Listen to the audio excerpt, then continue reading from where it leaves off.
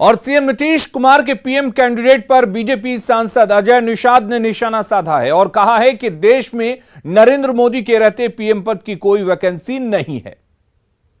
हम पूरी बहुमत के साथ सत्ता में आएंगे। नीतीश जी को 2024 के चुनाव में पता चलेगा कि उनका जनाधार कहां है और 2025 में वो खत्म ही हो जाएंगे। कांग्रेस के एक मानने से कांग्रेस का क्या होता है?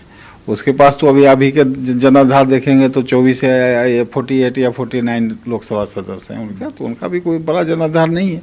उसके अलावा दुनिया भर के लोग हैं इस दौर में, एक नीतीश कुमार ही नहीं है। जेडीयू सांसद सुनील कुमार पिंटू ने रोजगार के मुद्दे पर कहा कि डिप्टी सीएम अगर कुछ ड्राफ्ट कैबिनेट के सामने रखेंगे तो उस पर चर्चा होगी। मंडल का विस्तार बाकी है, विस्तार होने के बाद और डिप्टी सीएम अभी ने जो घोषणा की है वो उनके मैनिफेस्टो की घोषणा है। अब माननीय मुख्यमंत्री जी और डिप्टी सीएम दोनों व्यक्ति मिलकर और पूरी कैबिनेट निर्णय लेगी कि बिहार के नौजवानों को कैसे रोजगार दिया जाए, कैसे रोजगार हम उन्हें उपलब्ध करा सकें। इस संदर्भ में माननीय डिप्टी सीएम साहब का अगर कोई ऐसा कुछ होगा, उन्होंने बनाया होगा अगर कोई ड्राफ्ट, तो वो कैबिनेट में रखेंगे।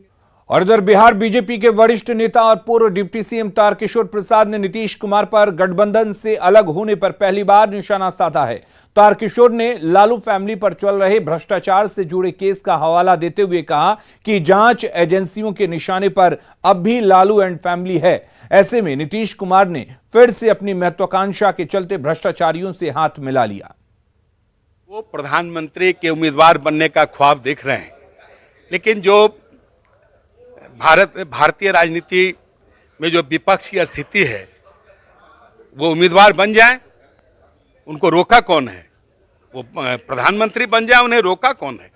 लेकिन इस तरह के जो राजनीतिक निर्णय लेकर वो अगर वो उनको लगता है कि हम कोई भारत की राजनीति में अपना स्थान बना लेंगे, तो ये मुंगेरी लाल के हसीन सपने हैं।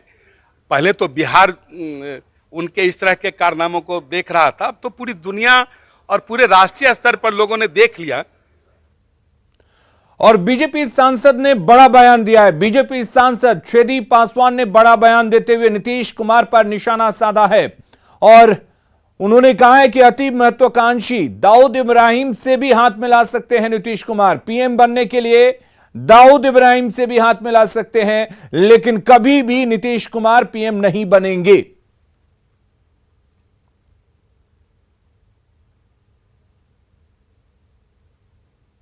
नीतीश कुमार जी अति महत्वाकांक्षी आदमी और विश्वसनीय आदमी है। देश के प्रधानमंत्री बनने के लिए वो दाऊद इब्राहिम से भी हाथ मिला सकता है, इसमें कहीं कोई दो राय नहीं है।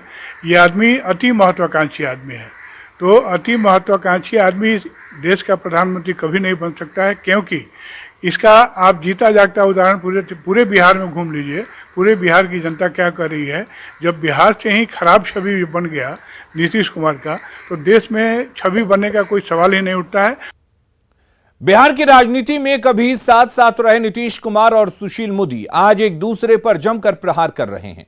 सुशील मोदी ने सीधे नीतीश कुमार को निशाने पर आड़े हाथों लेते हुए कहा कि उपराष्ट्रपति बनने की चाहत नीतीश कुमार की थी, जो पूरी नहीं हुई, इसलिए वो अलग हो गए। तो जवाब देने में नीतीश कुमार भी पीछे नहीं रहे और कहा कि सब फालतू की बातें हैं, बोगस आरोप लगा रहे हैं सुशील मोदी। कुछ चाहत इनकी अगर ऐसा बोलने से पूरी हो जाए तो चलिए अच्छी बात है।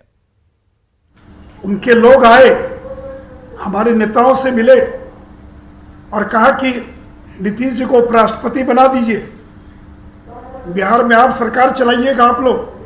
भाई जिसको जो मन में आता है बोलते न रहिए। हाँ, कौन कौन लोग बोलता है? एक आदमी को देखे नहीं कि क्या बोल दिए मेरे बारे में कि हम उपराष्ट्रपति बनना चाहते थे। क्या मजाक है? एकदम बिल्कुल बोगस बात है। आप लोग जानते नहीं, आप लोग नहीं पूछे हमसे। राष्ट्रपति वाला भी उपराष्ट्रपति वाला एकदम बोगस बात। हमारी कोई इच्छा नहीं थी। आई लोग भूल गए क्या? राष्ट्रपति और उपराष्ट्रपति के दोनों के चुनाव में हम लोगों की पार्टी ने कितना सपोर्ट किया, और वही तो वेट कर रहे थे। जिस दिन खत्म हो गया उसके बाद हम लोग पार्टी का मीटिंग किए। इसलिए सब बोलते रहते हैं। अरे बेचारे आप बोल रहे हैं, आप जानते ही हैं उनको तो कुछ बनाया नहीं, तो आजकल बोल रहे हैं। तो जो लोग भी बोल रहे हैं तो अच्छा है, वो इतना बोले मेरे खिलाफ कि उनको फिर जगह मिल जाए। और इधर नितिन नवीन के आरोप पर सीएम नीतीश कुमार ने प्रतिक्रिया दी है। उन्होंने कहा है कि यह सब फालतू की बात है। नीतीश कुमार पर नितिन नवीन ने आरोप लगाया था और पीएफआई को लेकर बयान दिया था कि पीएफआई पर कार्रवाई करने से नीतीश कुमार तनाव में थे। और साथ ही उन्होंने कहा कि नीतीश कुमार जब खामोश होते हैं, चुप होते हैं, तो उन्मादियों को बल मिलता है। और इसी बयान पर नीतीश कुमार ने प्रतिक्रिया देते हुए कहा है कि यह सब बेकार की बातें हैं। स्वतंत्रता दिवस के मद्देनजर पटना एयरपोर्ट की सुरक्षा बढ़ा दी गई है। यात्रियों को दोहरी जांच प्रक्रिया से गुजरना पड़ रहा है। वहीं ब्यूरो ऑफ सिविल एविएशन ने अगले 10 दिनों के लिए पटना एयरपोर्ट पर यात्रियों के परिजनों को मिलने वाली पास की भी सुविधा को खत्म कर दिया है। पटना एयरपोर्ट से संवाददाता अमित कुमार की रिपोर्ट देखिए।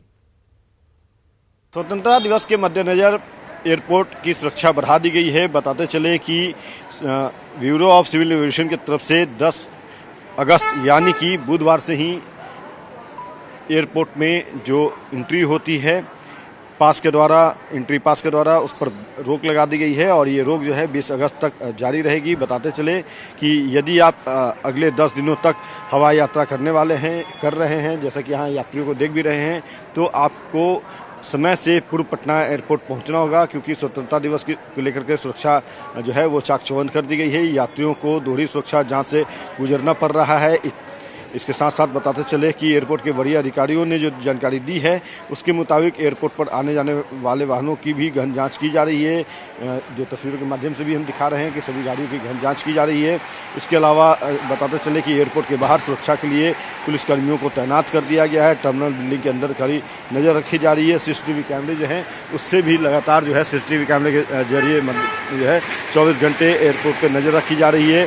बेहद संवेदनशील जो है वो पटना एयरपोर्ट माना जा रहा है। तो ऐसे में पास जो है उस पर बैन लगा दिया गया है। पास लेकर के जो भी यात्री अपने परिजनों को छोड़ने आते थे, एयरपोर्ट के अंदर जाते थे, वो नहीं जा सकते हैं 20 अगस्त तक। तो ये एहतियाती कदम जो है वो सिर्फ सुरक्षा को मद्देनजर स्वतंत्रता दिवस है 15 अगस्त को, इसके मद्देनजर लिया गया है, उठाया गया कदम है ये। कैमरा पर्सन अजय दुबे के साथ अमित कुमार, न्यूज़ 18 पटना।